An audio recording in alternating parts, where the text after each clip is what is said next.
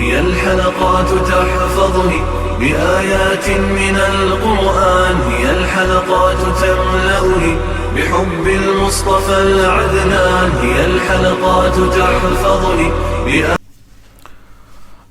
اعوذ باللہ من الشیطان الرجیم، بسم اللہ الرحمن الرحیم۔ ناظرین کرام، السلام علیکم ورحمۃ اللہ وبرکاتہ۔ انشاءاللہ تبارک و تعالی آج ہم لوگ پڑھیں گے النحو الکبیر کا سبق نمبر 14۔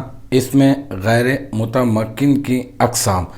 اس میں غیر متمکن کی اقسام میں اب تک جو ہے وہ ہم لوگ تقریباً 6 اقسام جو ہے وہ پڑھ چکے ہیں۔ انشاءاللہ تبارک و تعالی آج جو پڑھیں گے ہم لوگ وہ اس میں غیر متمکن کی 7ویں قسم ہوگی، اور اب تک جو ہے وہ اس سلسلے میں تقریباً 49 ویڈیوز 49 پارٹس جو ہے وہ بنا چکے ہیں، اور آج جو ہے یہ ہماری 50ویں ویڈیو ہوگی، پارٹ 50 ہوگا انشاءاللہ تعالی ہمارا۔ اور اس میں ہم لوگ اس میں غیر متمکن کی 7ویں قسم کے اوپر بات کرنے والے ہیں، اور وہ ہے اسماء کنایات۔ ٹھیک ہے، تو کنایات جو ہے وہ ایسا مطلب کنایا ویسے بھی ایسے لفظ کو کہتے ہیں، آپ ڈکشنری میں جا کر دیکھیں گے تو ملے گا کہ جس کی مرادیں بہت ساری ہوں، مطلب آپ کہہ دیں تو اس سے مراد فلاں بھی ہو سکتا ہے، ایک دوسرا بھی ہو سکتا ہے، دوسرا بھی ہو سکتا ہے، دوسرا بھی ہو سکتا ہے، مطلب کئی ساری چیزیں جو ہے وہ اس سے مراد ہو سکتی ہیں۔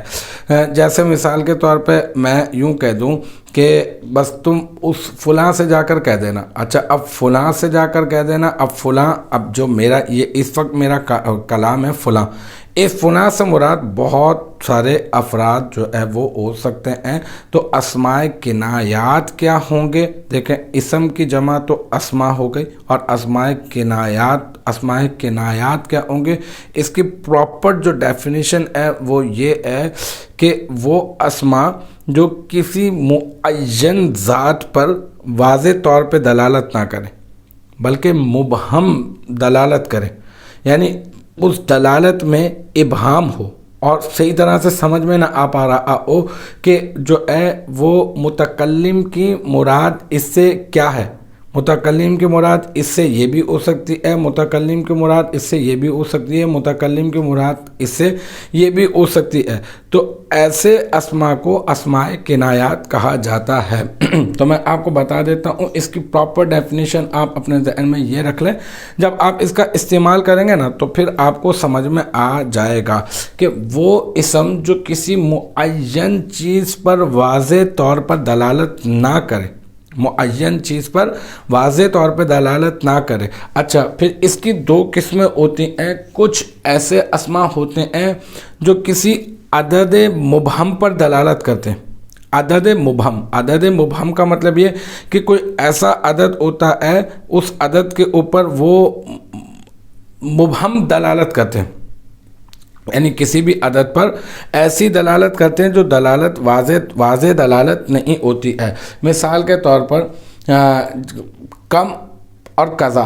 اچھا، کم کا معنی ہوتا ہے کتنا، ٹھیک ہے، اور قضا کا معنی ہوتا ہے اتنا، ہے نا۔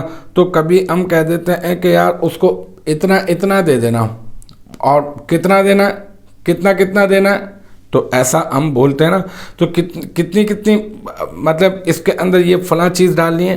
تو اب یہ جو ہے یہ کم اور قضا کا اس طرح سے استعمال کیا جاتا ہے۔ اس کی ڈیفینیشن یاد کر لیں، اور پھر اس کی جو اقسام آپ یاد کر لیں، اور جب یہ استعمال جب اس کا آئے گا تو پھر آپ کو یہ انشاءاللہ تعالی آپ کو بہت آسانی سے سمجھ میں آ جائے گا۔ اتنی کوئی مشکل چیز جو ہے وہ یہ نہیں ہے، اور اتنا زیادہ استعمال بھی نہیں ہے۔ میں آپ کو بتاؤں، بہت زیادہ کثیر جو ہے وہ اس کا استعمال نہیں ہے، بہت زیادہ تھوڑا سا ہے۔ اچھا، تو اسماء کنایات کی دوسری قسم کیا ہے؟ وہ ہے جو کسی مبہم بات پر دلالت کرے۔